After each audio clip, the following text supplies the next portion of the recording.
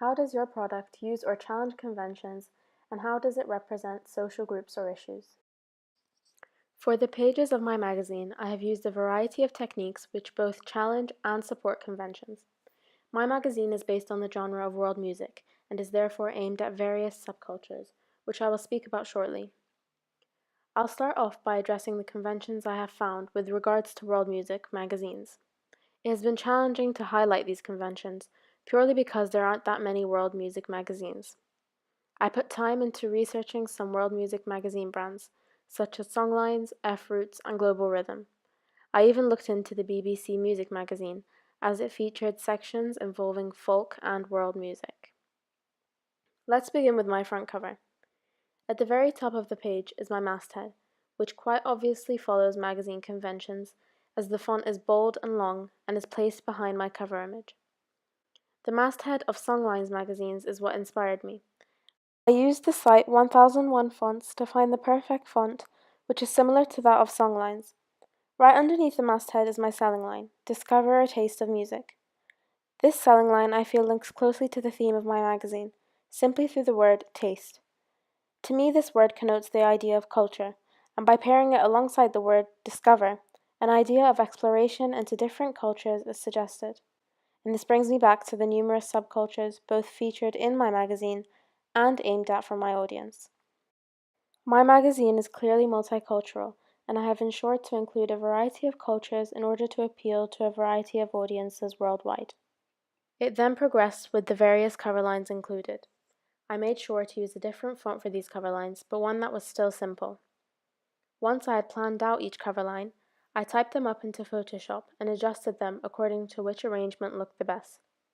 Adjustments included making the text smaller or larger, stretching the text either from the top, bottom, left, right, or both. It took me a while to arrange each cover line to my liking. Whilst doing this, I realized that there were still some blank spaces that I needed to fill up. I therefore decided to include a promotional circle which both took up space and ticked another convention box. I also created a plus using the line tool and placed that in another area of negative space. My cover model is a representative of one of the many cultures found in my magazine. His costume and props is what allows him to be associated with the Middle East. I have dressed him up in a traditional Qatari male dress, known as the thobe. Over the thobe, he is wearing a bisht, almost like a cloak, which gives him the look of royalty or significance. The sunglasses, alongside his neutral facial expressions and body language, helped create my desired look for a modern world music magazine. This is also a representation of the newer generation, or Qatari youth to be specific, as often they enhance their appearance through accessories like designer watches, sunglasses, and cufflinks. This, however, may also be challenging Qatari conventions, as here I am combining traditionalism with modernism. Now let's move on to my contents page. I personally found that the contents page was the most difficult to design, as I felt that achieving professionalism was challenging. Here is where my consumers will be able to engage with various cultures and possibly relate to them. Through my photographs, I have included Indian, African, and Middle Eastern culture. My contents page typically follows magazine conventions from its layout to its included text. For example, I have laid out my images in a grid-like format, like many magazines do. As for color scheme, I wanted to create consistency throughout the front cover and contents page, so I used the same orange-brown to highlight some text in my contents. Similarly, I have used the same font, Impact, used on the main cover. I have followed magazine conventions when typing my contents in that I have included a regulars section, which simply states the page numbers of all regular articles throughout many issues. Another convention I followed was stating the issue number near the name of my magazine at the top of the page. I also provided the readers with sublines, which gave them more specific details about the article. And now for my double page spread. I'm happy with the outcome and the end design of this page, and I think my photograph is what supported it. The photograph has been planned effectively, and I felt that the planning stages are what helped emphasize the article and make it successful. Mansour's costume in the double page had to be different to the front cover, but still representative of Qatari culture. Luckily, Qatari men have a variety of outfits which vary season to season.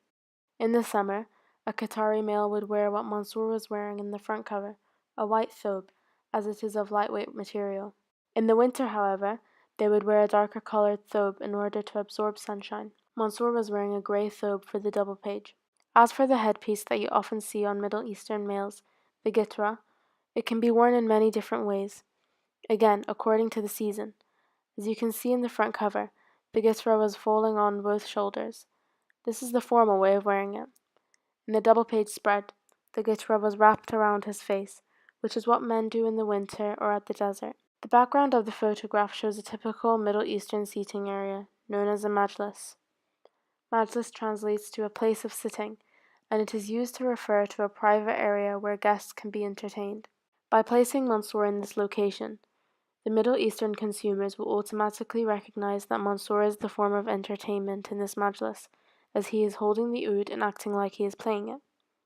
Other consumers will most probably not understand this, but will however recognize that it links to Middle Eastern culture due to the other factors surrounding it, like the oud and the way Mansour is dressed.